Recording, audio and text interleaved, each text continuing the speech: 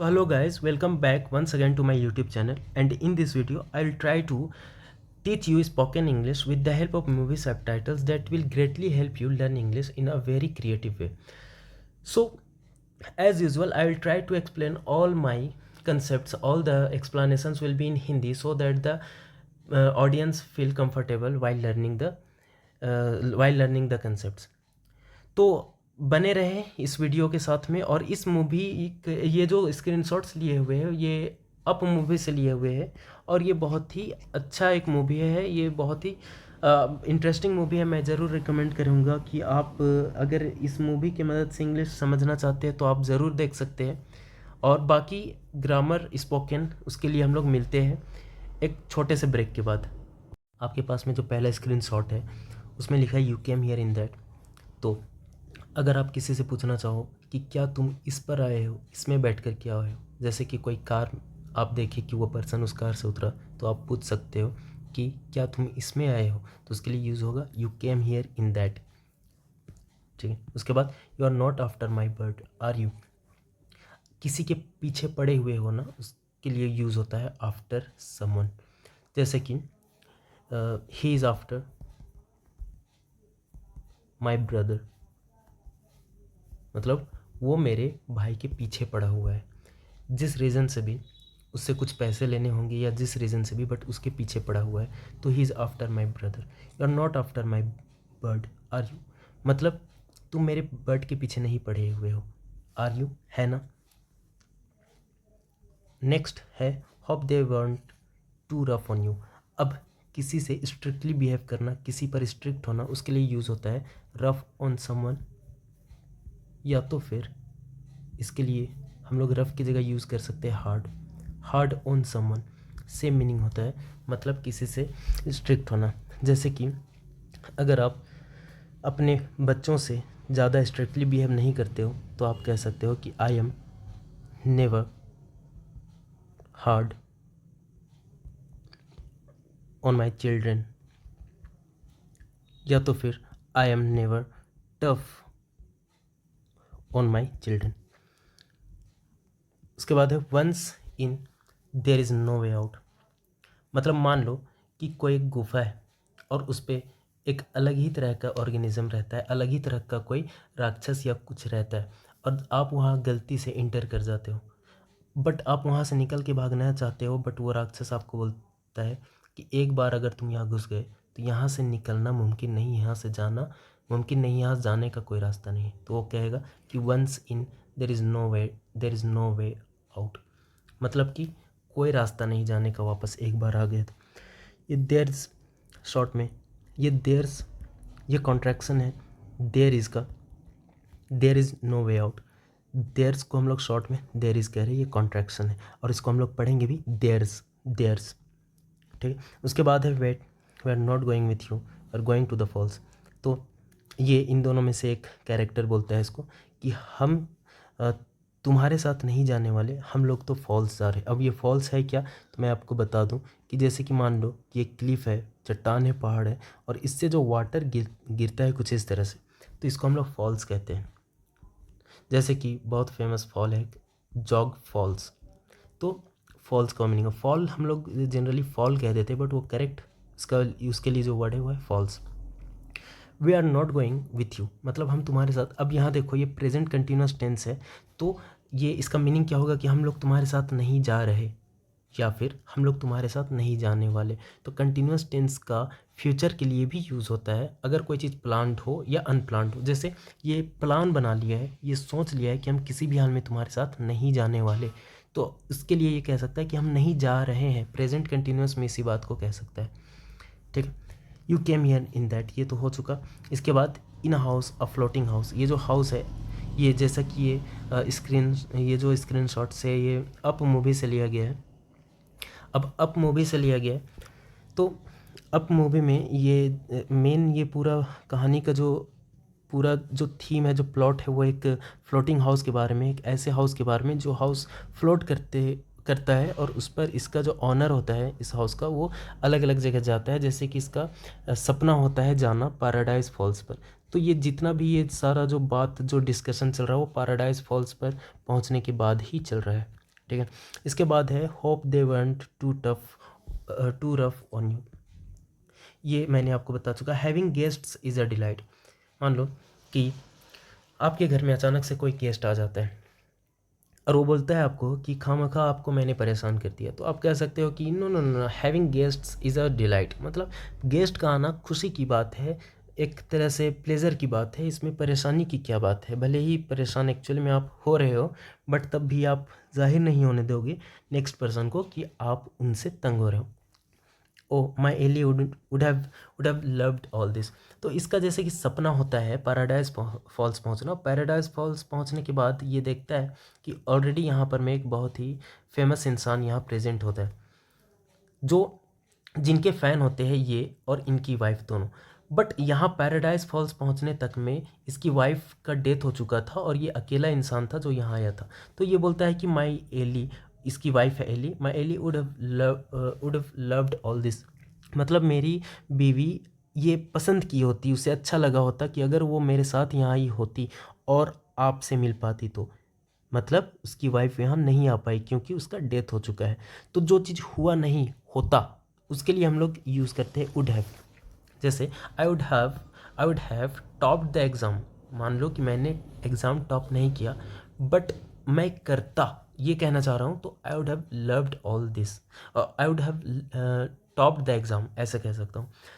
आगे है, अच्छा ठीक है, आगे है I am honoured and now you have made it. अब देखना यहाँ पर मैं यूज़ हुआ है मेड इट। अब मेड इट इसका जो बेस फॉर्म है वो है मेक इट। मेक इट का मीनिंग होता है कि कोई काम करने में सफल हो जाना या कहीं पहुँचने में सफल हो जाना, दोनों ही मीनिंग होता है। तो I am honoured and now you have made it, ये बोलता है कि यू हैव मेड इट। किसको? ये जो मेन कैरेक्टर, ये जो ओल्ड पर्सन है, इसको बोलता है कि यू हैव मेड इट। मतलब कि तुम्हारा सपना था पैराडाइज फॉल्स आना और तुम यहाँ आने में सफल हो चुके हो, तो यू हैव मेड इट उसके लिए यूज़ हो रहा। तो यहाँ पर जो मेक इट का जो दो मीनिंग होता है, किसी काम को करने में सफल होना या तो फिर कहीं पहुँच पाना, तो यहाँ पर मीनिंग क्या है? कहीं पहुँच पाना, ये मीनिंग है इस जगह पर। अच्छा, मेक का जो वर्ब फॉर्म्स होता है, मेक, मेड, मेड, तो वो सेम चीज़ यहाँ पर भी होगा। Make it, made it, make it first form, made it second form और फिर से मेड इट अगेन, ये भी क्या होगा? थर्ड फॉर्म भी मेड इट ही होगा। उसके बाद आपके पास में है कि you are sure we are not a bother, I would hate to impose. यहाँ पे ये कहता है कि you are sure we are not a bother, मतलब कि आप कंफर्म हो ना, ये इसको बोलता है कि आप कंफर्म हो ना कि हम आपके लिए कोई परेशानी नहीं बन रहे इस जगह पे। ठीक है, अब आगे है कि it's a pleasure to have guests, a real treat. तो गेस्ट होना ही एक रियल ट्रीट है। तो where is the treat? Treat, तो ये ट्रीट सुन करके बोलता है कि इसको लगता है जैसे कि कुछ ट्रीट का बात हो रहा है, तो वो बोलता है where is the treat. Calm down, calm down, इसका मीनिंग है कि शांत हो जाओ। काम डाउन मतलब शांत हो जाओ। आप मान लो कि आप किसी को कुछ ऐसा इन्फॉर्मेशन पहुंचाए, वो इन्फॉर्मेशन सुन करके वो या तो बहुत एक्साइटेड होकर के चिल्ला रहा या बहुत परेशान होकर चिल्ला रहा, इन दोनों केसेस में आप कह सकते हो काम डाउन मतलब शांत हो जाओ। ठीक है, इतना खुश होने का, इतना खुशी का बात नहीं, या तो फिर इतना परेशान होने की ज़रूरत नहीं है, शांत हो जाओ, calm down. I should have use that word. अब देखो यहाँ पर मैं है शुड हैव और इसका नेगेटिव शुड नॉट हैव। अब शुड नॉट को हम लोग कॉन्ट्रैक्ट करके क्या कह सकते हैं? शुन, शुन। ठीक है, अब मैंने आपको बताया है कि एन के बाद कभी भी टी आता है तो टी भी एन में कन्वर्ट हो जाता है। ये जानना ज़रूरी है इसलिए क्योंकि आप इसको फिर प्रोनाउंस करने चलोगे तो आप स्टूडेंट, स्टूडेंट बहुत टफ बन जाता है ये। ठीक है, इस रीज़न से भी और इसलिए भी ताकि फ्लुएंसी आए आपको इसे कहना होगा आई सुन, सुन। ठीक है, सुन ऐसे प्रोनाउंस करो क्योंकि एन के बाद कभी भी टी आने से टी भी, आगे वाला टी भी एन बन जाता है। जैसे मैंने आपको पहले भी बताया है, इंटरेस्टिंग जो हम लोग स्पेल करते हैं एक्चुअली में ये इसका प्रोनाउंसिएशन हो जाएगा एन के बाद टी होने के चलते टी भी एन बन जाएगा और ये इंटरेस्टिंग ऐसे प्रोनाउंस होगा। जैसे वांटेड अगर लिखा है तो एन के बाद टी आने के चलते टी भी एन बन जाएगा कभी भी एन के बाद टी होने से। ये क्या नियम है? नहीं नहीं नहीं, ये तो नेटिव स्पीकर्स का बनाया नियम है। नेटिव स्पीकर्स मतलब जो अंग्रेज लोग होते हैं वो कभी भी अगर एन के बाद टी आता है तो उस टी को एन में कन्वर्ट करके और उसको भी एन की तरह साउंड कराते हैं। जैसे वांटेड नहीं बोल करके वन, और ये टी भी एन बन जाएगा और ये कहलाएगा वांटेड। ठीक है, आगे आपके पास में जो है वह more often I get thieves come to steal that's what's rightfully mine. Rightfully mine का मतलब है कि जैसे कि मान लो कि आपके पास कोई गाड़ी है, आप कहना चाहते हो कि ये गाड़ी तो मेरा है, मेरा इस पर अधिकार है, तो आप कह सकते हो कि that car is rightfully mine, मतलब वो मेरा अधिकार में है क्योंकि मैंने उसे खरीदा है या मेरे पापा ने खरीदा है, वो राइटफुली माइन है। ठीक है, अब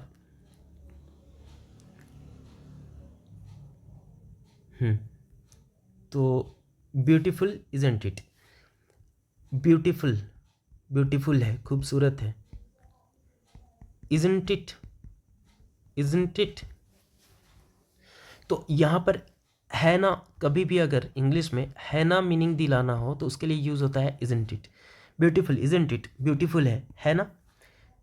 ठीक है, और ये इंट्रोगेटिव फॉर्म में होता है, क्वेश्चन मार्क लग गया। फिर यहाँ प्रोनाउंस कैसे करें, तो इजंट इट में देखो एन के बाद टी है तो ये टी क्या बन जाएगा, इन बन जाएगा, और ये इस तरह से प्रोनाउंस होगा, isn't it, isn't it, isn't it. Sometimes years go by between sightings. अब देखना यहाँ पर मैं यूज़ हुआ है वर्ड और वो है गो बाई। ठीक है, ये लिखा यहाँ पर मैं गो बाई है। Sometimes years go by between sightings, तो गो बाय का मतलब होता है वक्त बीतना, समय बीतना। जैसे अगर मान लो कि आज फ्राइडे था और कुछ दिन, एक दो दिन बीत, आपको लग रहा है जैसे कि एक ही दो दिन हुआ है, बट एक्चुअली में एक वीक हो चुका और अगला फ्राइडे आ चुका है, ऐसा होता है जनरली। तो आप अगर कहना चाहते हो कि वक्त बहुत तेज़ी से बीतता है तो उसके लिए आपको कहना होगा कि time goes by very quickly, वक्त बहुत तेज़ी से बीतता है। तो बीतना के लिए गो बाय यूज़ होता है बेस फॉर्म। अब इसको आप अगर V2 में यूज़ करना चाहो तो वेंट बाय हो जाएगा। जैसे कि अगर आप कहना चाहते हो कि जब मैं वहाँ रहता था तो वक्त बहुत तेज़ी से बीतता था, तो उसके लिए यूज़ होगा व्हेन आई लिव्ड देयर, जब मैं वहाँ रहता था, comma time went by so quickly, जब मैं वहाँ रहता था तो वक्त बहुत तेज़ी से बीतता था। अब यहाँ पर ये बीतता था, पास्ट की बात हो रही है, इसलिए यहाँ पर ये V2 यूज़ हुआ है, गो का वेंट। अब देखना कभी भी अगर जैसे मैं यहाँ लिखा गो बाय, तो यहाँ पर मैं ये क्या है ना, दो वर्ड मिल करके एक वर्ब का मीनिंग दे रहा है, वर्ब ही बन रहा है। गो और बाय मिल करके एक वर्ब, जबकि गो अकेला सिंगल ये एक वर्ब है, बट जब गो वर्ब के साथ में एक बाय प्रीपोजिशन लग गया तो ये मिल करके भी एक वर्ब की तरह काम कर रहा। और ऐसे वर्ब्स को हम लोग क्या कहते हैं, तो ऐसे वर्ब्स को हम लोग प्रीपोजिशनल फ्रेज कहते हैं। ठीक है, तो गो बाय एक प्रीपोजिशनल फ्रेज है। और एग्जांपल मैं अगर देना चाहूँ आपको तो जैसे देखो कि पुट ऑन, पुट ऑन का मतलब होता है टू वेयर, पहनना। जैसे कि आप कहो कि पुट ऑन योर ग्लव्स, अपना ग्लव्स पहन लो, पुट ऑन योर ग्लव्स। तो पुट ऑन का मीनिंग होता है टू वेयर, पहनना।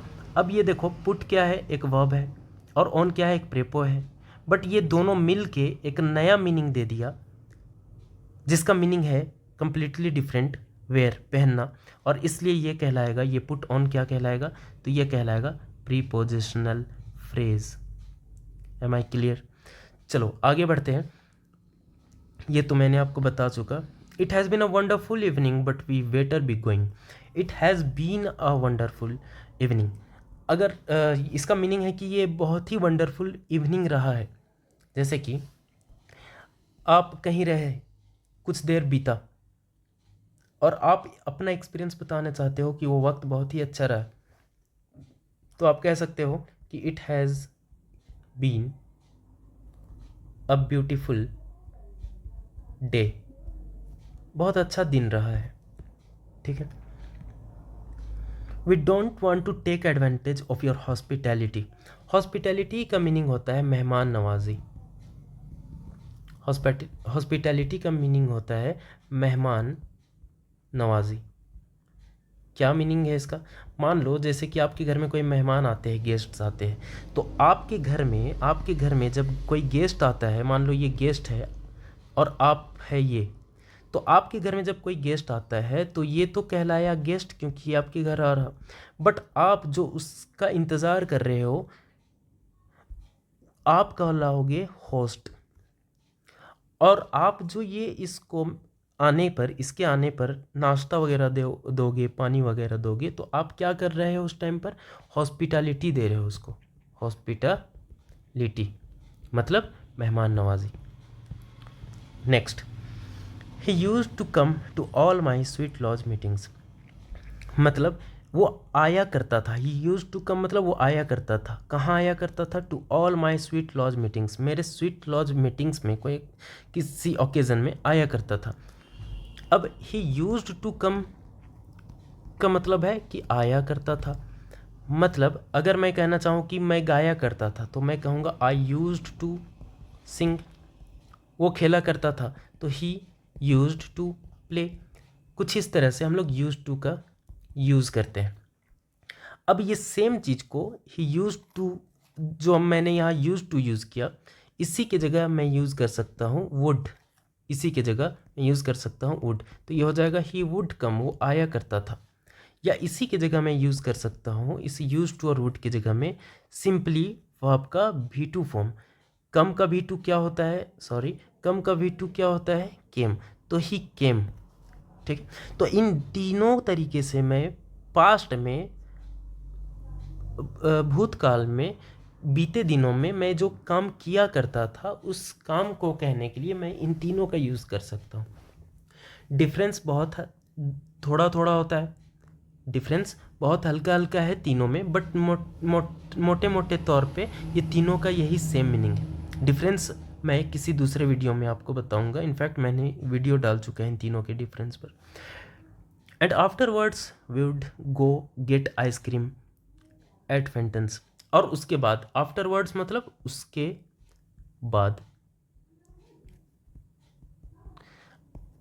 एंड आफ्टरवर्ड्स उसके बाद, we would go get ice cream at Fenton's. We would go हम जाया करते थे, फिर से वही, ये वी और एपोस्ट्रोफी डी ये कॉन्ट्रैक्शन है वी वुड का। वी वुड को हम कॉन्ट्रैक्ट करके वीड पढ़ सकते हैं और लिख भी सकते हैं WE के बाद अपोस्ट्रोफी डी। अब समझना, यहाँ पर मैं जो ये वेड लिखा है इसका प्रोनाउंसिएशन तो होगा वेड, बट इसको एक्सपेंडेड फॉर्म में हम कहेंगे वी वुड, और दोनों में कोई डिफरेंस नहीं है। और अब आपके दिमाग में एक डाउट आएगा कि ये अपोस्ट्रोफी डी का मतलब क्या वुड होता है? तो नहीं नहीं नहीं, ये 3 जगह यूज़ होता है। अपोस्ट्रोफी का डी का मीनिंग वुड भी होता है, अपोस्ट्रोफी डी का मीनिंग हैड भी होता है, और अपोस्ट्रोफी डी का मीनिंग डिड भी होता है। ठीक, बट पहचानेंगे कैसे? बहुत ईजी है। अगर अपोस्ट्रोफी डी के बाद में वर्ब का फर्स्ट फॉर्म लिखा हो, जैसे यहाँ लिखा है देखो, वी वुड वीड गो, तो अगर अपोस्ट्रोफी डी के बाद वर्ब का फर्स्ट फॉर्म है, इसका ये मीनिंग है कि यहाँ 100% वुड ही होगा। ऐसा इसलिए क्योंकि वुड एक मॉडल वर्ब है और उसके बाद हमेशा V1 ही यूज़ होता है, इससे पहचान होगा। बट अगर ऐसे लिखा होता वीड गॉन, तो यहाँ पर आप देखो अपोस्ट्रोफी डी का मीनिंग तो वो होता है वुड, हैड और डिड। तो यहाँ पर अगर ये गॉन लिखा है तो गॉन के क्या है ना, थर्ड फॉर्म है, और इस थर्ड फॉर्म से पहले हमेशा ही क्या होगा? हैड होगा। मतलब हैड के बाद में ही वर्ब का थर्ड फॉर्म होता है, क्योंकि वुड के बाद हमेशा फर्स्ट फॉर्म होता है और डिड के बाद हमेशा फर्स्ट फॉर्म होता है, और हैड के बाद में क्या होता है ना, हमेशा थर्ड फॉर्म होता है। तो यहाँ पर में थर्ड फॉर्म होने के चलते हम पहचान गए कि ये ज़रूर हैड है, ना ही वुड है, ना ही डिड है। आपके दिमाग में अब ये डाउट आएगा कि अगर वुड के बाद भी V1 होता है और डिड के बाद भी V1 होता है तो हम कैसे पहचाने? जैसे ऊपर लिखा है यहाँ देखो, वीड गो, तो हम जब यहाँ पर में V1 वुड के बाद भी होता है और डिड के बाद भी होता है, तो फिर हम कैसे पहचाने कि इन दोनों में से कौन यूज़ हो रहा। मतलब यहाँ तो V1 है तो यहाँ ये वी डिड गो होगा या तो ये वी वुड गो होगा। हो तो दोनों सकता है क्योंकि दोनों के बाद V1 यूज़ होता है और यहाँ V1 लिखा है। तो इन दोनों में से कौन है कैसे पहचाने, तो बहुत सिंपल है। इसके लिए हमेशा याद रखना कि कभी भी वी कॉन्ट्रैक्शन डी रहे तो उसके बाद हमेशा वुड होता है except question mark words WH words. मतलब ये जो एपोस्ट्रोफी डी है इसका मीनिंग डिड सिर्फ और सिर्फ तब होगा जब ये एपोस्ट्रोफी डी किसी WH वर्ड्स के साथ लगा हो। जैसे अगर मैं कहूँ कि व्हाट, एग्जाम्पल मैं इसे रब कर लूँ पहले, देखो अगर मैं यहाँ लिखूँ कि व्हाट, जैसे मैं लिखूँ कि वेयर यू गो, तो यहाँ पर आप देखो कि अगर एपोस्ट्रोफी डी यहाँ लिखा है तो आपको ये डाउट होगा कि अगर ये गो है फर्स्ट फॉर्म है वर्ब का तो ये तो इससे पहले अपोस्ट्रोफी डी या तो डिड मीनिंग हो सकता है या तो फिर क्या मीनिंग हो सकता है वुड। तो इन दोनों में से कौन है, तो इन दोनों में से ये डिड है। ऐसा इसलिए क्योंकि अपोस्ट्रोफी डी इस बार WH वर्ड के साथ लगा है। तो मोटे मोटे तौर पे मैं ये बताना चाह रहा हूँ कि अपोस्ट्रोफी डी हैड, डिड और वुड तीनों के लिए यूज़ होता है। बट डिड सिर्फ और सिर्फ तब मीनिंग होता है उसका, डिड के लिए सिर्फ और सिर्फ तब यूज़ होगा जब वो WH वर्ड के बाद में हो। जैसे मैं लिखूँ यहाँ what apostrophe D you do, तो यहाँ देखो फर्स्ट वर्ब का फर्स्ट फॉर्म है तो या तो ये डिड होगा या तो वुड होगा। तो यहाँ पर कौन है, यहाँ पर मैं ये डिड है। ऐसा इसलिए क्योंकि ये लगा है WH वर्ड के साथ। तो इतना ही सिंपल था। अब आगे हम लोग बढ़ते हैं। This is none of my concern. जैसे कि मान लो कि आपको कहना हो कि ये मेरा इससे कुछ लेना देना नहीं, तो आप इसे कह सकते हो कि आई हैव नथिंग। पहला तो ये सबसे सिंपल है और सबसे मोस्ट वाइडली यूज्ड है। ये क्या है, एक सेकंड, ये है कि I have nothing to do, I have nothing to do with this. पहला तो ये तरीका है बोलने का। दूसरा कि ये वाला जो लिखा है this is none of my concern, मेरा इससे कोई लेना देना नहीं है। ठीक है। अगर मान लो कि आपको कोई पूछा, आप किसी से बात कर रहे हो और उसी दौरान किसी थर्ड पर्सन ने पूछा कि क्या हुआ बताओ, तो अगर आपको कहना हो कि तुम्हारा इससे कोई लेना देना नहीं, तो आप कहोगे कि it's nothing of your concern, तुम्हारा इससे कोई लेना देना नहीं, तुम्हारे काम की बात नहीं हो रही है। ठीक है। या ऐसे कह सकते हो यू हैव नथिंग, अब नथिंग मैंने शॉर्ट में लिखा है, you have nothing to do with this, as simple as that. ठीक है। तो इतना ही था आज के। अच्छा एक second, how do we get past this dogs. मान लो यहाँ क्या होता है इस मूवी में कि ये लोग भाग रहे होते हैं और बीच में रास्ते में कुछ डॉग्स आ जाते हैं एनिमी के। तो ये बोलता है इस डॉग को, जो कि अच्छा डॉग है यहाँ पर, उन एनिमी डॉग्स के बारे में बोलता है कि हम इन डॉग्स से बचकर कैसे भागे, इनसे बचकर हम कैसे निकले। तो how do we get past this dogs, get past का ये मीनिंग होता है। Look at you, you are so soft. Look at you मतलब देखो, खुद को देखो, अपने आप को देखो। I wish I could keep one, काश अगर, देखना यहाँ विश है मतलब कि ये इमेजिन कर रहा, और जब इमेजिन कर रहा तो हाइपोथेटिकल सेंटेंस है, तो उसके बाद मॉडल्स जो है वो कुड, कैन यूज़ नहीं होता है, कुड यूज़ होता है। तो ये कह रहा है कि आई विश, काश, आई विश मतलब काश, आई कुड कीप वन, काश मैं एक रख सकता। यहाँ देखो बहुत सारे रंग बिरंगे बर्ड्स हैं लेकिन ये रख नहीं सकते इन बर्ड्स को। ठीक है। तो ये कह रहे हैं कि, ये कह रहा कि काश मैं इनमें से एक बर्ड को रख पाता, आई wish I could keep one. तो बस इतना ही आज के वीडियो में। मिलते हैं अगले वीडियो में कुछ ऐसे इंटरेस्टिंग डेली लाइफ वोकैब्स और इंग्लिश सेंटेंसेस को लेकर के, और तब तक के लिए स्टे ट्यून्ड।